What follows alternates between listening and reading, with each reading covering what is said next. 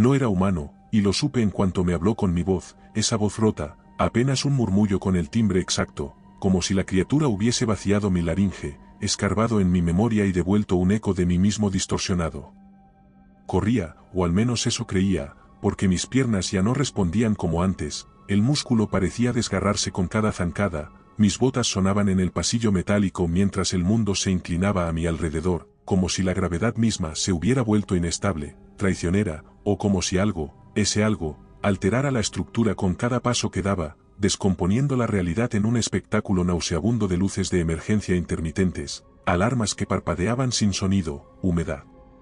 caliente que chorreaba desde las paredes como si el lugar transpirara, como si el complejo tuviera pulmones y piel y una conciencia agónica que se arrastraba detrás de mí.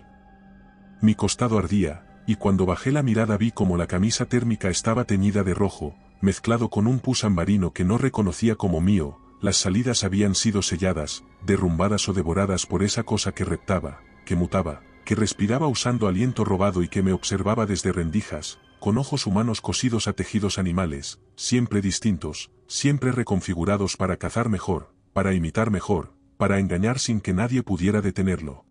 Si te gustan las historias de terror, suscríbete y activa la campana. Comencemos. Tropecé con un cuerpo, o lo que quedaba de uno, aplastado contra la rejilla de ventilación como si algo lo hubiese intentado pasar por un hueco demasiado estrecho, como si lo hubiese empujado con fuerza hasta que los huesos cedieron, y entre el amasijo reconocí una bota, la suya, la del geólogo, Danny. Pero el rostro ya no era suyo, era una mezcla de carne derretida y dientes duplicados, como si la criatura hubiese comenzado a copiarlo pero abandonado la tarea a medio terminar, como si se hubiese aburrido o hubiese encontrado algo más valioso que reproducir, algo más útil, y eso era yo, lo supe entonces, supe que me estaba estudiando, descomponiéndome mentalmente, apropiándose de mí a cada segundo.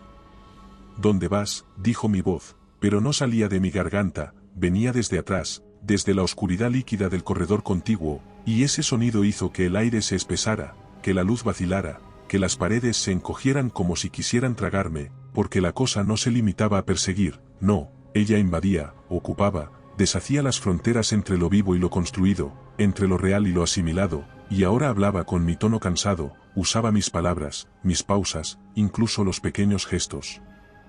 de jadeo entre frases que yo mismo jamás habría notado y que ahora eran imitados con precisión por una garganta que no era garganta, por labios que eran pliegues blandos formados por músculo regenerado sin ética ni alma.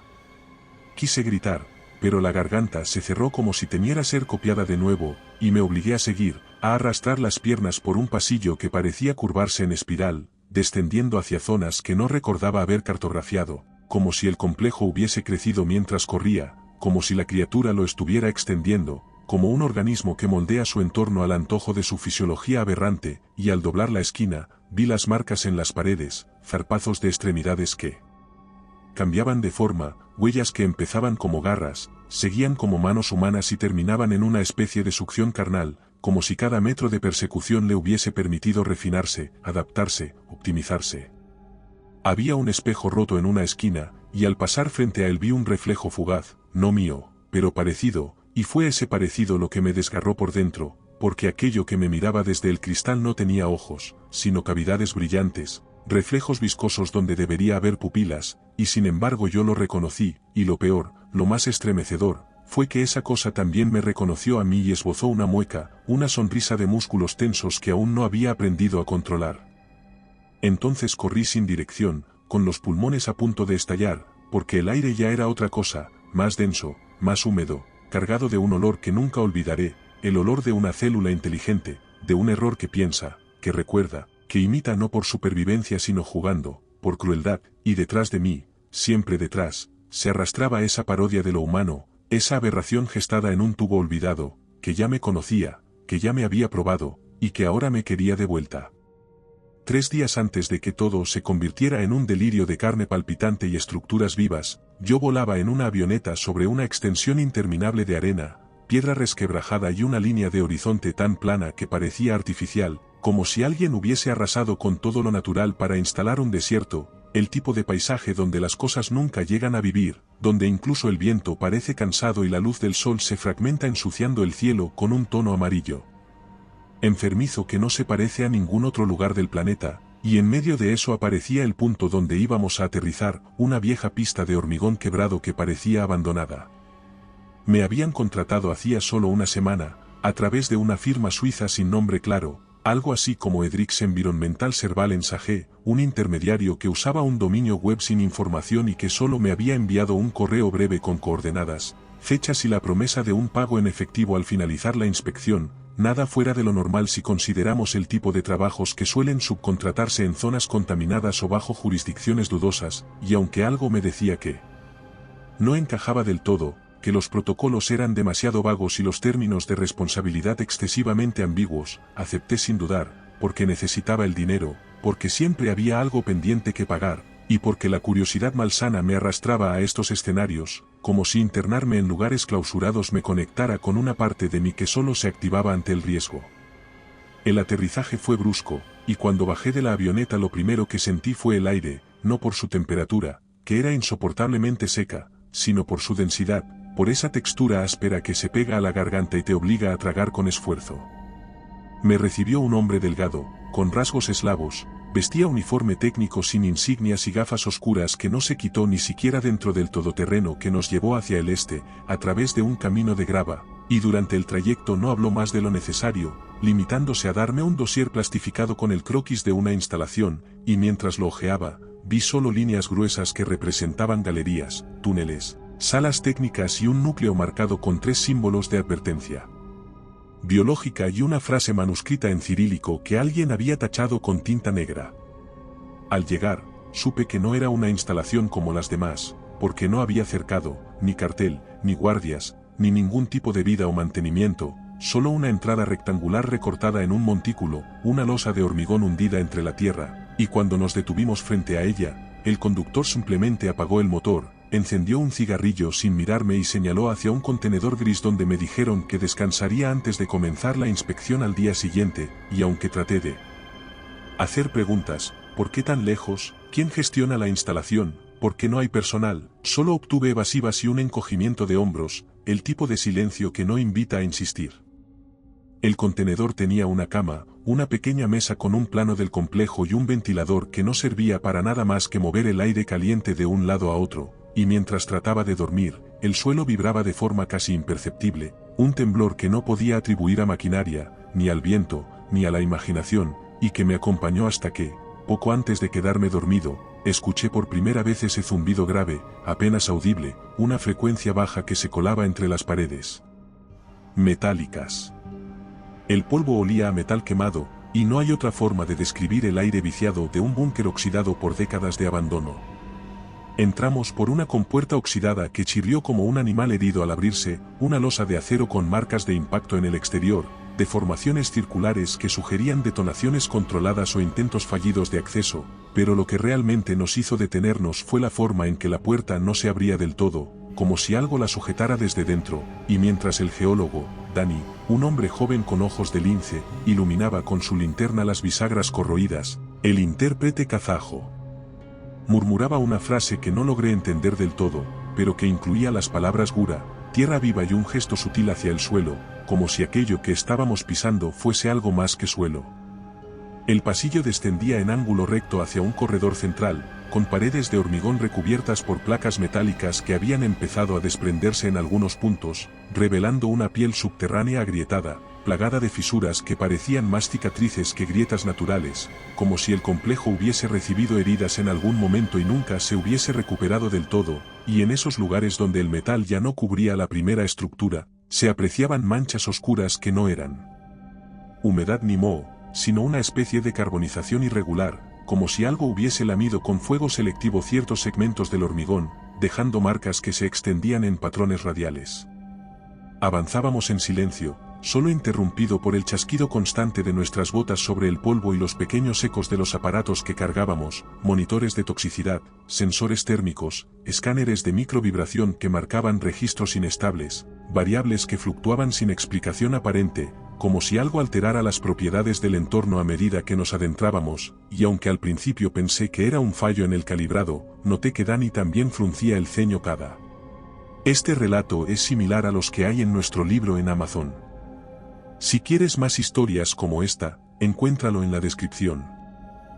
Ved que el espectrómetro mostraba valores anómalos, zonas de concentración química que no correspondían con ningún compuesto industrial conocido ni con residuos militares identificables, zonas donde el aire parecía más denso, más grueso, como si en ese segmento el oxígeno se degradara a voluntad. Llegamos a una sala cuadrada, con una doble compuerta que alguna vez debió ser parte de un sistema de contención o aislamiento, y allí encontramos lo que el geólogo llamó estructura imposible, un término que al principio me pareció excesivo hasta que vi el muro del fondo, donde las líneas del hormigón no seguían un patrón constructivo normal, sino que se curvaban hacia adentro como si la pared hubiese caído sin romperse, y en el centro de esa deformación, una mancha negra, una figura ovalada del tamaño de una puerta formada por la propia textura del cemento que allí adquiría una rugosidad distinta, una superficie con brillo opaco y bordes ligeramente ondulados, como si en vez de una mancha fuese una membrana seca, algo que alguna vez estuvo vivo o fue atravesado por algo vivo. El intérprete retrocedió sin decir nada, respirando por la boca y mirando de reojo las paredes como si esperara ver algo moverse, y por primera vez, noté que el silencio del lugar no era completo, no era ese silencio absoluto que uno espera en un búnker abandonado, sino uno cargado de textura, lleno de susurros sordos y vibraciones mínimas que no venían del subsuelo ni del viento, sino del propio aire, como si en algún rincón del complejo hubiese una maquinaria encendida desde hace décadas. Danny, que no solía hablar más de lo necesario, dijo en voz baja que algunas placas parecían fundidas, y al acercarnos notamos que una sección completa del muro lateral había sido sustituida, no con nuevo hormigón, sino con un material que no figuraba en los informes, algo de color verdoso, con reflejos internos como vetas minerales, y en su superficie habían quedado adheridas formas que no eran cables ni raíces, sino filamentos blandos, largos y secos, como hebras de músculo petrificado que surgían del núcleo del muro y se extendían por el techo en direcciones divergentes, con un patrón radial que se alejaba del centro de la estructura, y aunque parecían sin vida, uno de los monitores mostró una lectura de calor residual en sus extremos, como si todavía conservaran energía o respondieran al entorno con un tipo de actividad que no comprendíamos. Seguimos adelante por un pasillo que descendía en espiral, iluminado solo por nuestras linternas, con paredes cubiertas de placas numeradas que iban del 24 al 0 de forma descendente. Este túnel no aparece en los planos, lo dijo el geólogo en voz baja mientras pasaba la linterna por una esquina mal iluminada del corredor, justo donde el hormigón se interrumpía de repente y comenzaban unas placas metálicas de color negro mate, sin óxido visible, sin desgaste, como si hubiesen sido colocadas allí mucho después que el resto del complejo, o como si hubieran resistido al tiempo, como si su materia estuviese diseñada para no envejecer o para no ser percibida por los sensores térmicos que hasta entonces habíamos utilizado, y al acercarnos, lo primero que notamos fue que aquellas placas no estaban simplemente colocadas, sino encastradas con precisión, como si hubiesen crecido desde el suelo o se hubiesen fundido en el hormigón a través de un proceso desconocido que no dejaba juntas ni intersticios. El intérprete, que hasta entonces había permanecido algo rezagado pero sereno, se detuvo en seco al ver lo que señalábamos, y fue la primera vez que lo vi alterado. Levantamos la losa con esfuerzo, no sin antes sentir cómo se aflojaban los pernos que la mantenían cerrada desde abajo, no desde arriba, y al abrirla, el aire que salió del hueco no era simplemente viciado, ni estancado, ni contaminado, sino algo más, algo con densidad, con temperatura, un aliento que parecía haber estado acumulándose por años, por décadas. La linterna de Danny reveló una escalera oxidada que descendía más allá de los límites de su haz de luz, con peldaños curvados hacia adentro y manchas negras en los muros que no eran suciedad ni restos de humedad, sino marcas en espiral que parecían hechas con dedos desnudos, como si alguien, o algo, hubiese descendido por allí arrastrando las manos a lo largo del tiempo, y aunque el acceso estaba completamente fuera del croquis oficial, los cables que salían de una caja de control al lado de la entrada bajaban por ese mismo túnel, conectados a algo que seguía emitiendo una señal de baja frecuencia, una interferencia que distorsionaba nuestras radios, generando un zumbido grave que se colaba en los oídos incluso cuando los dispositivos estaban apagados, como si la señal no se transmitiera por ondas electromagnéticas sino por el aire mismo. Fue entonces cuando el intérprete, sin dar explicaciones, dejó caer su linterna, retrocedió un paso y dijo simplemente que no iba a bajar, que no estaba autorizado. No le respondimos, porque supe sin necesidad de palabras que íbamos a bajar, aunque en el fondo, Ambos sabíamos que aquel lugar no estaba sellado para que no entrara nadie, sino para que algo no saliera. Era como caminar por un estómago, porque el aire en ese túnel no solo tenía densidad, sino temperatura, como si viniera del propio metal que nos rodeaba, de las paredes estrechas que se curvaban ligeramente hacia adentro. La linterna del geólogo se detuvo varias veces sobre esas zonas, sobre aquellas áreas donde la superficie metálica ya no era plana ni rugosa de manera habitual, sino que mostraba patrones de crecimiento, vetas transversales que se abrían como grietas capilares y que parecían haber sido selladas desde dentro por una fuerza anónima, biológica, constante, algo que no buscaba la perfección de la ingeniería sino la funcionalidad de una regeneración. Cada paso hacía crujir el suelo, porque el material sobre el que pisábamos parecía reblandecerse por momentos, ceder ligeramente como si debajo hubiera una capa de humedad caliente, una delgada membrana que respondía a nuestro peso con un leve hundimiento que no era lo suficientemente pronunciado como para alarmar, pero sí constante, como si en vez de caminar sobre placas metálicas estuviéramos desplazándonos sobre la piel endurecida de algo dormido. Danny se detuvo sin previo aviso frente a una compuerta deformada, y mientras revisaba su equipo portátil, los valores térmicos comenzaron a vibrar con una frecuencia errática, pequeñas oscilaciones que no deberían ocurrir en un entorno cerrado sin fuentes de energía activas, oscilaciones que parecían venir de puntos localizados bajo el suelo, a una profundidad de menos de 2 metros, justo en la dirección hacia la que el pasillo se estrechaba y descendía en un ángulo imperceptible, como si estuviéramos siendo guiados para conducirnos paso a paso hacia un núcleo que comenzaba a mostrarse en forma de calor, un calor imposible de justificar, con temperaturas que superaban los 38 grados centígrados en tramos específicos. Le pregunté si podía tratarse de una bolsa de gas residual, o de una reacción química aún latente en los metales oxidados, pero negó con la cabeza sin dejar de mirar la pantalla, y entonces se agachó para colocar un sensor directamente sobre una de las placas que presentaban una ligera elevación en el suelo que no habíamos notado antes pero que, ahora que lo veíamos, parecía moverse, y cuando el sensor tocó la superficie, el monitor arrojó un pico repentino, una curva que marcó 42 grados en un punto y luego bajó a 35 como si algo se hubiese alejado o retraído, como si la presencia de la sonda lo hubiese molestado, como si aquello que emitía ese calor reaccionara al contacto, no con violencia, sino con una retirada discreta, calculada, incluso inteligente. El sonido venía del interior del muro, y aunque en un primer momento lo confundimos con el eco de nuestros propios pasos, con el golpeteo metálico que nuestras botas generaban al rozar las placas abombadas del pasillo, no tardamos en notar que aquel ritmo no coincidía con nuestros movimientos, que su cadencia era independiente, repetitiva, suave pero insistente, como si algo del otro lado de la pared estuviera tratando de establecer contacto.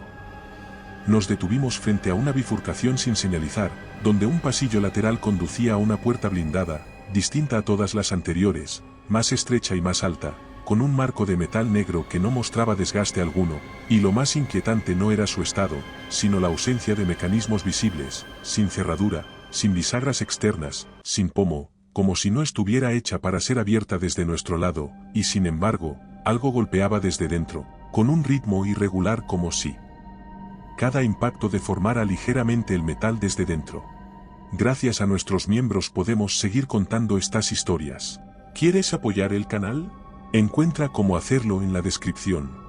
El geólogo activó su espectrómetro portátil y lo acercó al muro, y durante unos segundos los gráficos fluctuaron sin sentido, con pulsos térmicos desfasados que no venían de un solo punto, sino que parecían moverse dentro del espacio sellado, como si aquello que emitía calor tuviera forma variable, desplazándose lentamente por las paredes internas como un organismo que no camina ni gatea, sino que se extiende, se arrastra o se infla desde su núcleo, y fue entonces cuando ocurrió, cuando el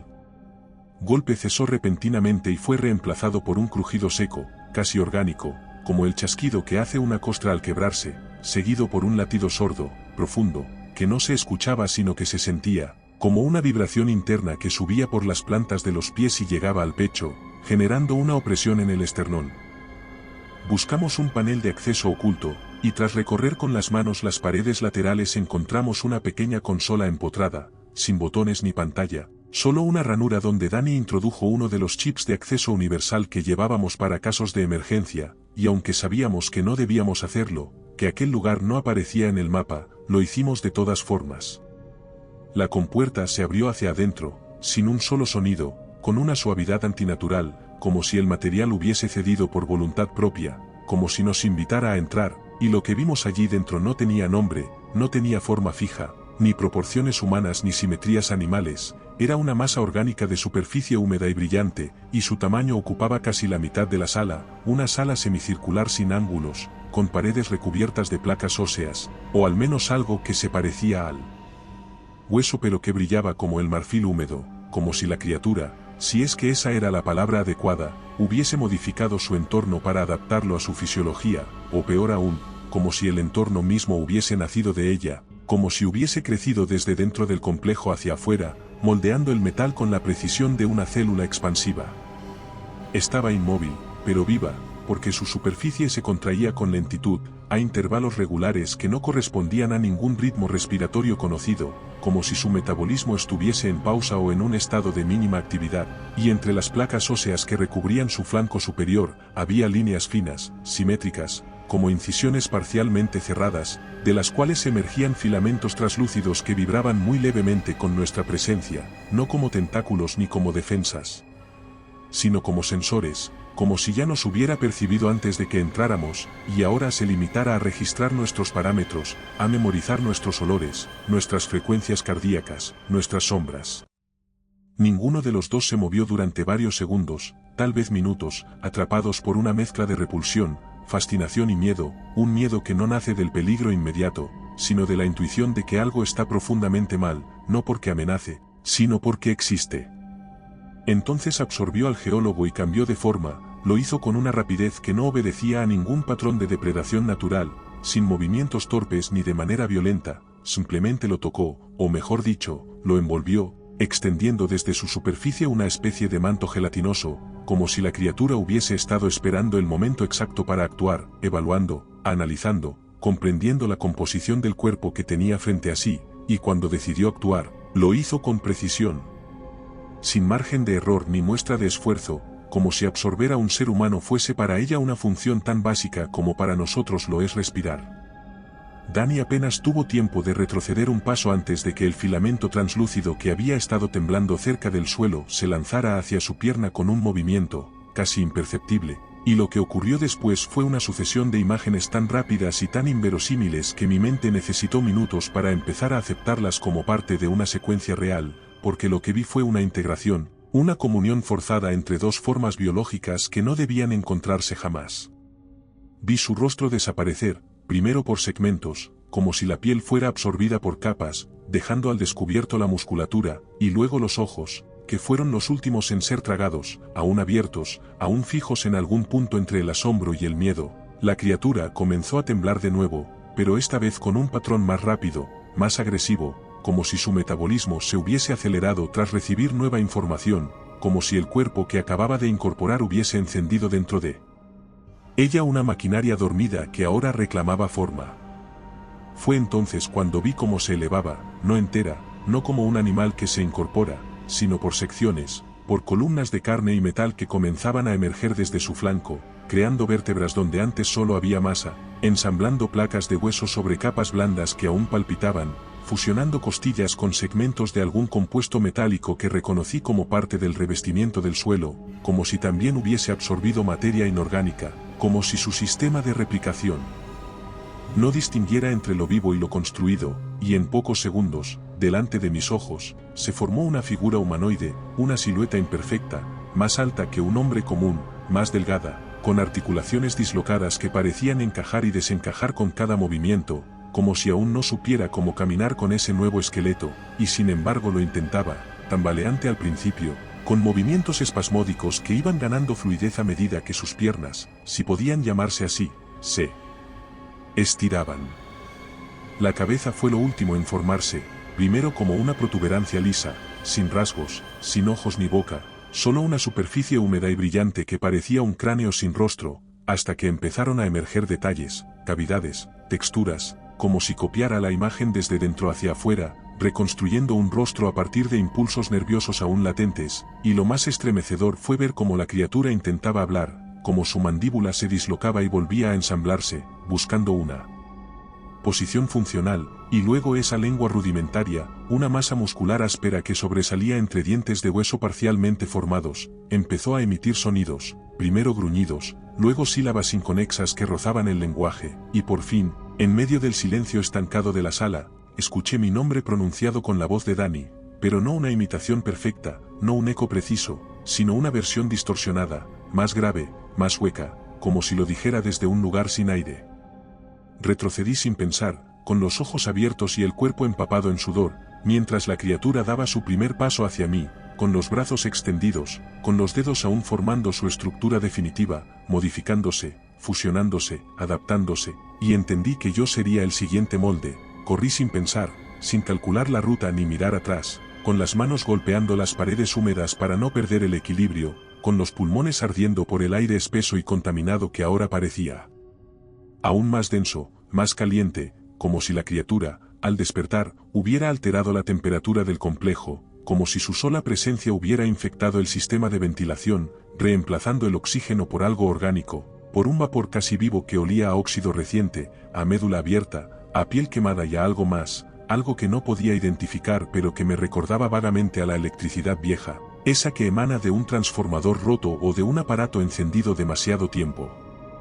Cada paso sonaba como un disparo contra las placas del suelo, que vibraban con una frecuencia distinta ahora, más aguda, más quebradiza, como si el metal ya no fuera sólido, como si se hubiese vuelto hueco, como si en cualquier momento algo pudiera emerger desde abajo, romper la delgada capa que me separaba de las profundidades del complejo y atraparme, porque ya no confiaba en el suelo, ni en los muros, ni siquiera en el aire, todo parecía haber sido infectado por su cuerpo. Si te gusta este relato, en nuestro libro encontrarás muchas más historias como esta.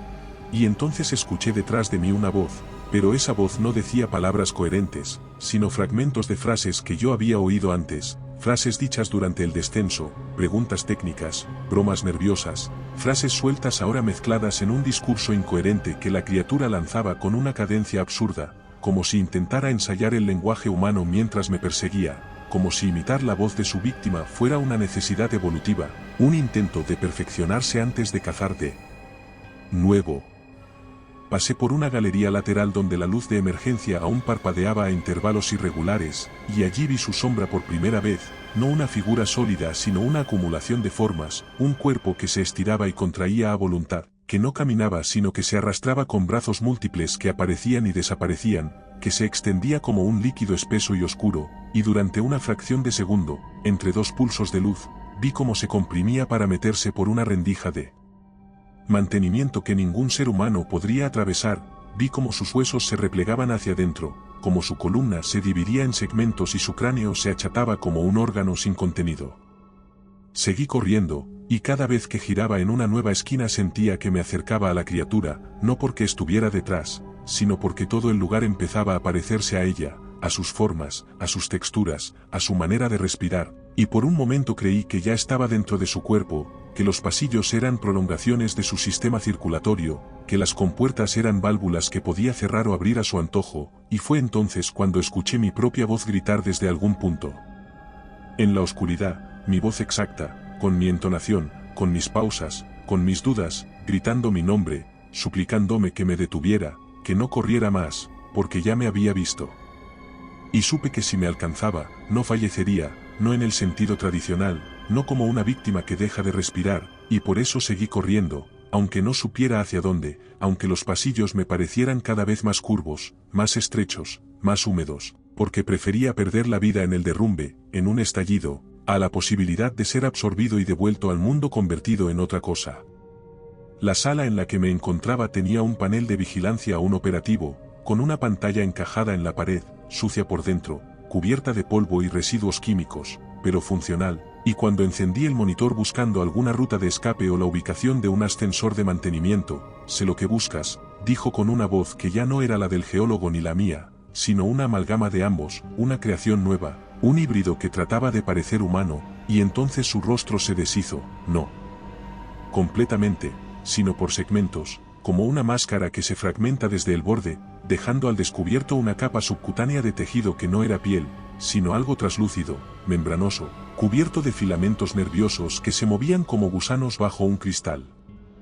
retrocedí sin apagar la radio, sin cortar la señal del monitor, como si dejarlo abierto fuera una forma de demostrar que aún tenía control, aunque sabía que no era cierto. Subí por un túnel de ventilación sin pensar, sin calcular si el diámetro era suficiente, si los conductos resistirían mi peso o si aquello que me perseguía podía colarse por rendijas aún más estrechas, porque en ese momento el miedo no era solo una emoción, era una fuerza que me empujaba a avanzar por el estrecho tubo metálico que crujía con cada movimiento, que tenía óxido por las juntas, que olía a metal reseco, un olor que se pegaba a los labios, que llenaba los pulmones con una mezcla de aire caliente, y algo más, algo que no podía identificar con claridad, como si ese conducto ya hubiese sido usado antes, como si en su interior quedaran restos de otras huidas, de otros cuerpos. Gateaba a ciegas, apenas iluminado por la linterna sujeta al pecho, que temblaba con cada movimiento del metal bajo mis codos, y el túnel parecía prolongarse eternamente hacia arriba, curvándose en una pendiente irregular, y en cada tramo que avanzaba notaba que el entorno cambiaba, el aire, que al principio era sofocante pero estable, empezó a volverse irregular, más húmedo, más denso.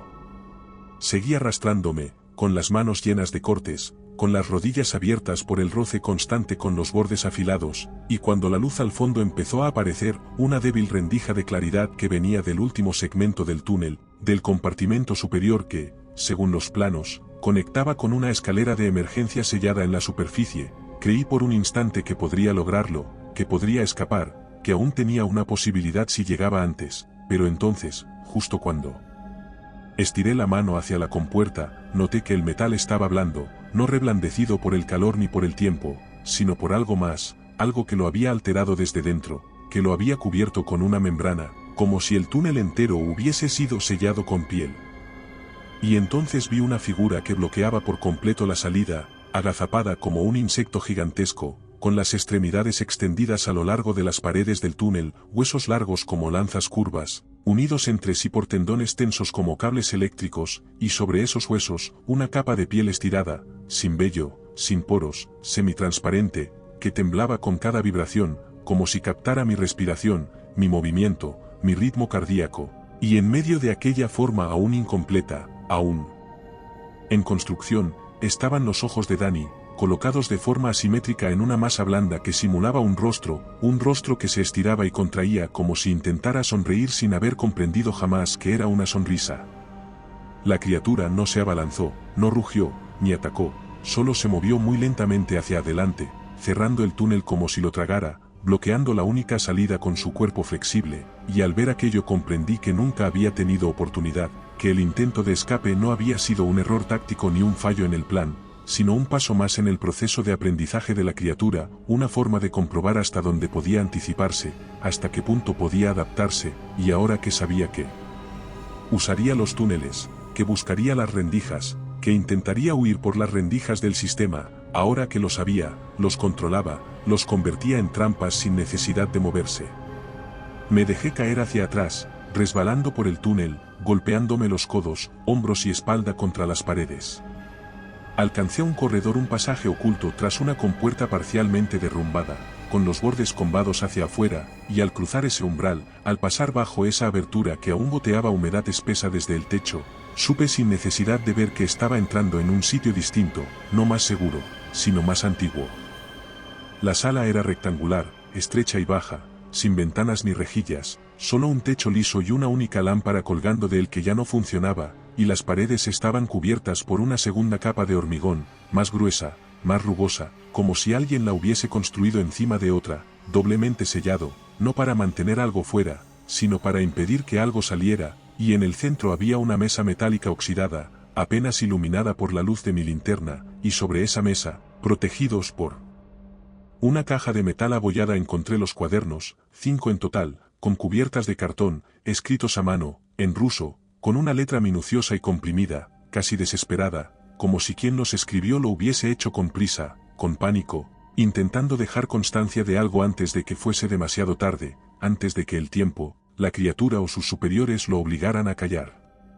Pasé las primeras páginas con torpeza, sintiendo que los dedos no me respondían bien, y conforme iba traduciendo mentalmente, con mi ruso oxidado por años de desuso, las palabras comenzaban a adquirir un sentido que no quería aceptar, Un significado demasiado nítido para ser confusión, y las frases se repetían con pequeñas variaciones, como mantras, como advertencias, como súplicas, siempre centradas en una idea, en un núcleo conceptual que se repetía una y otra vez como el eje de todo lo demás.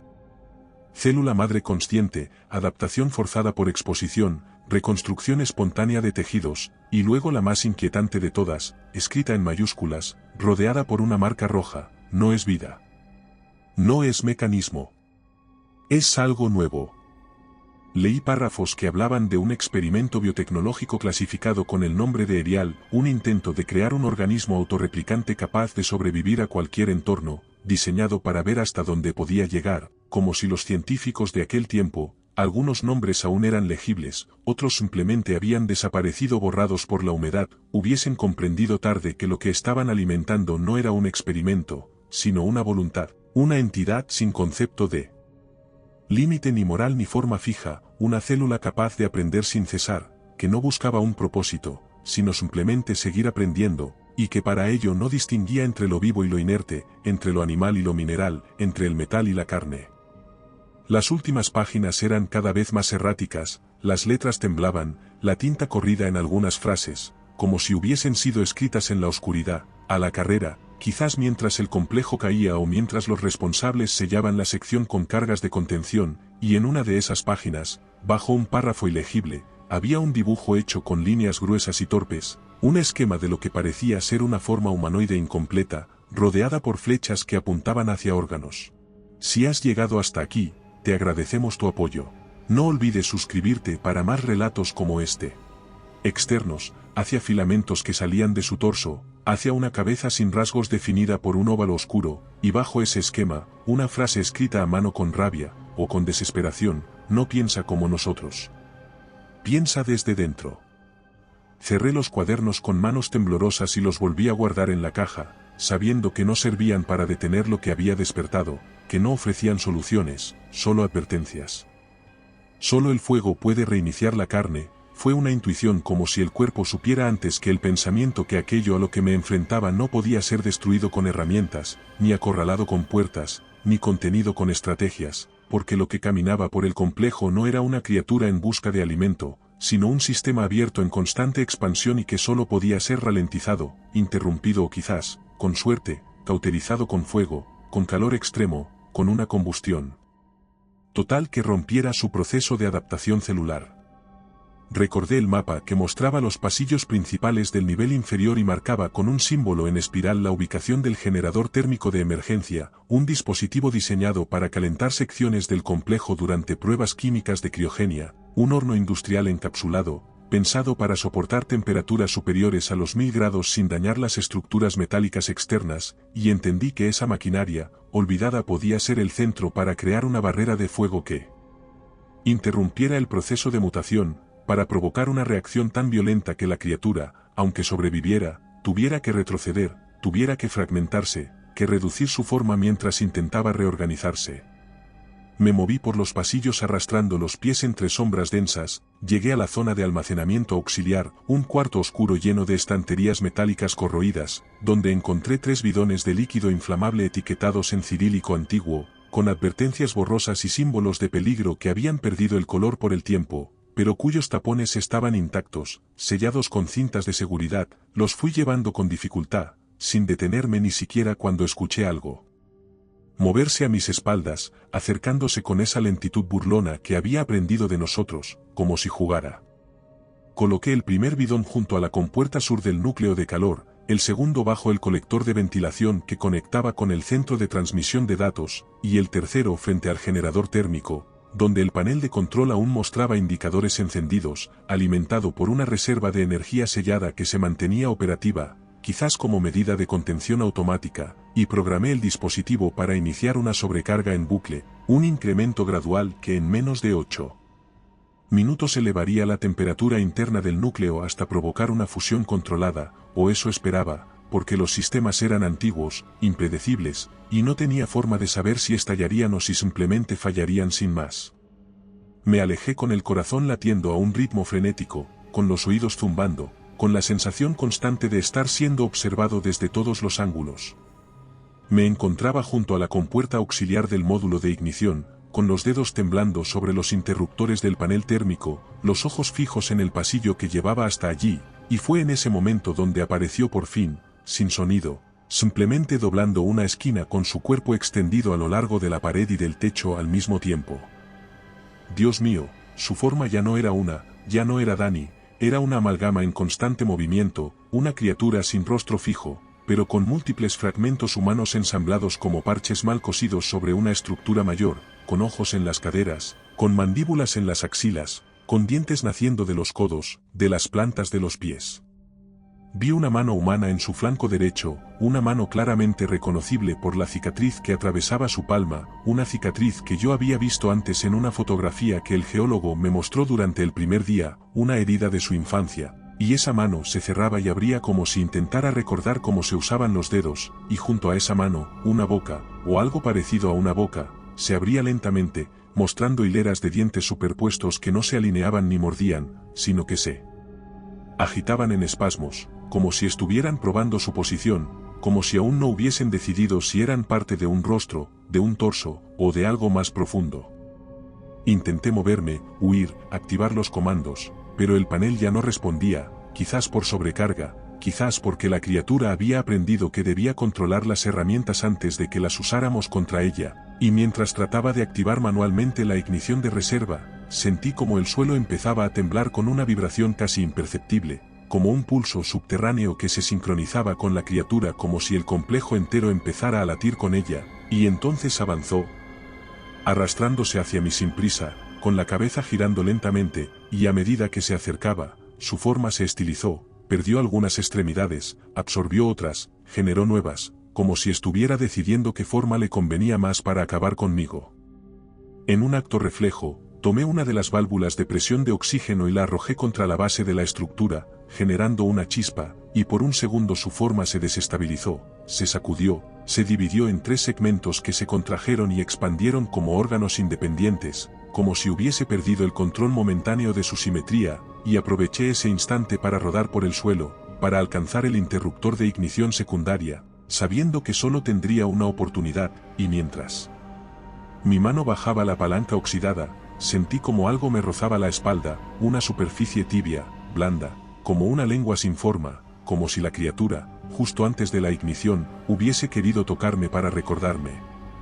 La detonación no fue como la había imaginado, no fue un estallido seco ni una llamarada única que destruyera el entorno en un solo suspiro, sino una secuencia de estallidos internos, interrumpidos, con retumbos que venían desde el corazón del generador térmico, y entonces estalló, con un rugido denso que se expandió como una ola a través de las paredes, del suelo, de los techos. El calor me golpeó y cuando la primera lengua de fuego invadió el pasillo donde me encontraba, supe que no saldría ileso. Corrí con el cuerpo agotado, con la garganta llena de humo, con la piel en carne viva, resbalando entre cascotes que caían del techo, atravesando pasillos que ya no recordaba, que se habían vuelto irreconocibles bajo las llamas, bajo el humo, bajo los temblores que sacudían el suelo, y en medio de ese laberinto encontré una compuerta aún abierta, un acceso lateral conectado a un túnel de servicio más estrecho, más antiguo, un túnel donde el calor se desvanecía poco a poco. Vi al intérprete a través de la polvareda, de pie junto a un helicóptero, con la cara pálida, los ojos muy abiertos, sin parpadear, con la radio aún en la mano, y cuando se acercó, cuando me ayudó a incorporarme, me dijo que pensó que ya no vivía, que había pedido el rescate por protocolo, sin esperanza, solo por dejar constancia, y que cuando el satélite térmico detectó una anomalía energética en la zona, un estallido irregular, los suizos aceptaron enviar una unidad civil de evacuación. Me subieron al helicóptero con cuidado, y mientras me inyectaban analgésicos, mientras me cubrían con mantas y pegaban electrodos sobre mi pecho quemado, pensé en las voces, en las formas, en los ojos incrustados en carne, y miré de reojo al intérprete, que no me devolvía la mirada, que no me hablaba, que solo observaba el horizonte como si esperara ver algo subir.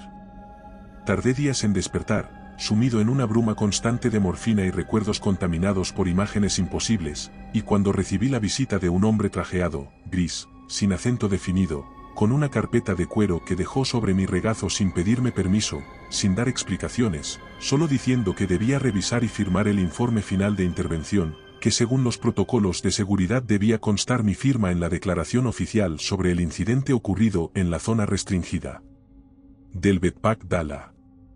El informe era clínico, impersonal, escrito con frialdad y en la última página, justo antes del cierre, había una línea que me dejó sin aliento, pero que explicaba todo con una lógica devastadora. No hubo supervivientes confirmados en el incidente del 16 de junio.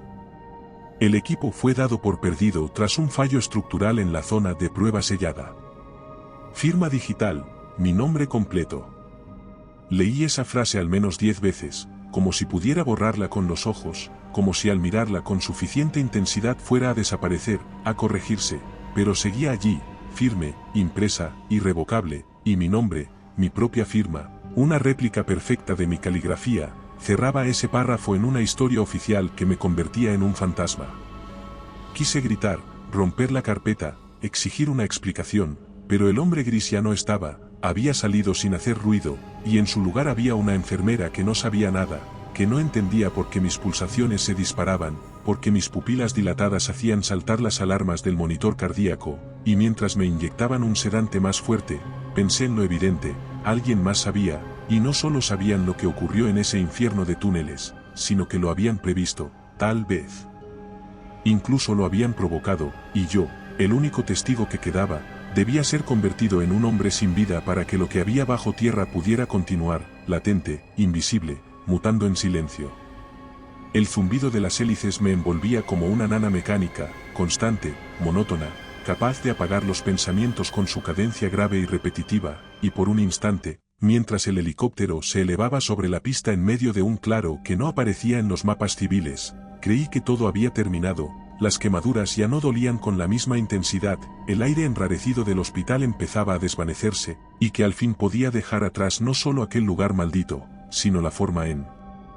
que mis recuerdos lo invocaban una y otra vez. Sin embargo, algo en el ambiente no encajaba, algo en la forma en que los miembros de la tripulación evitaban mirarme directamente, algo en la manera en que no se dirigían la palabra entre ellos, en la perfección con la que ejecutaban sus movimientos sin titubeos, sin pausa, como si todo estuviera ya ensayado desde antes incluso de despegar. Si te está gustando este relato, suscríbete, y recuerda que comentando nos ayudas a llegar a más gente. Siempre os leemos a todos. Si no sabes qué comentar, siempre puedes poner misterioso en los comentarios.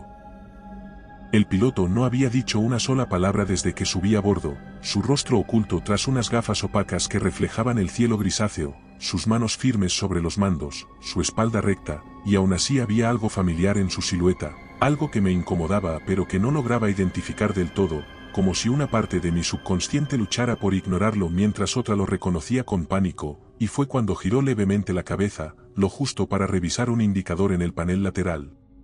que la luz oblicua del atardecer se coló por la ventanilla y perfiló su mejilla izquierda, revelando con claridad el trazo preciso de una cicatriz curvada, reciente, aún roja, aún inflamada, una línea que nacía justo debajo del ojo, cruzaba el pómulo y se desvanecía hacia la línea de la mandíbula, idéntica a la mía, perfecta en su recorrido, en su profundidad, en su curvatura, idéntica incluso en el leve abultamiento en el extremo, donde la sutura había dejado una leve marca de tensión, como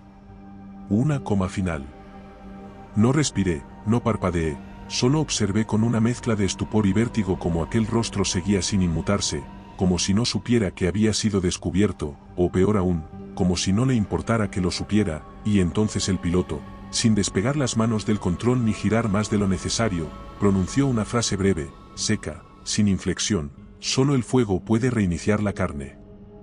Me senté en silencio, cubierto por una manta térmica que no alcanzaba a templar mi piel, observando de reojo los movimientos perfectos del piloto que no me miraba, que no hablaba, que no parpadeaba, y cada vez que el reflejo del vidrio me devolvía su perfil, mi cicatriz me devolvía el golpe desde su rostro, como si me enfrentara a un espejo desplazado, a una versión futura de mí que había aprendido a pilotar, a camuflarse, a existir en medio de otros sin levantar sospechas, y mientras el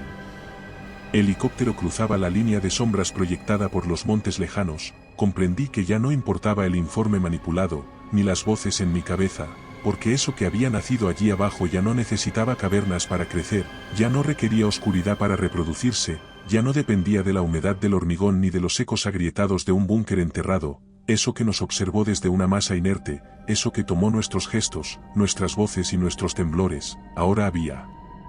aprendido lo último que le faltaba, lo único que nos permitía escapar realmente de los fuegos que provocamos. Lo que escapó de Erial ahora sabe volar. Tal vez esta historia haya terminado, pero muchas más te esperan. Aquí tienes otra que no deberías oír a solas. Si prefieres relatos más breves, visita nuestro canal de relatos cortos. Y si quieres llevar el terror contigo, nuestro libro en Amazon tiene historias exclusivas. Buenas noches, desde Terreno Misterioso.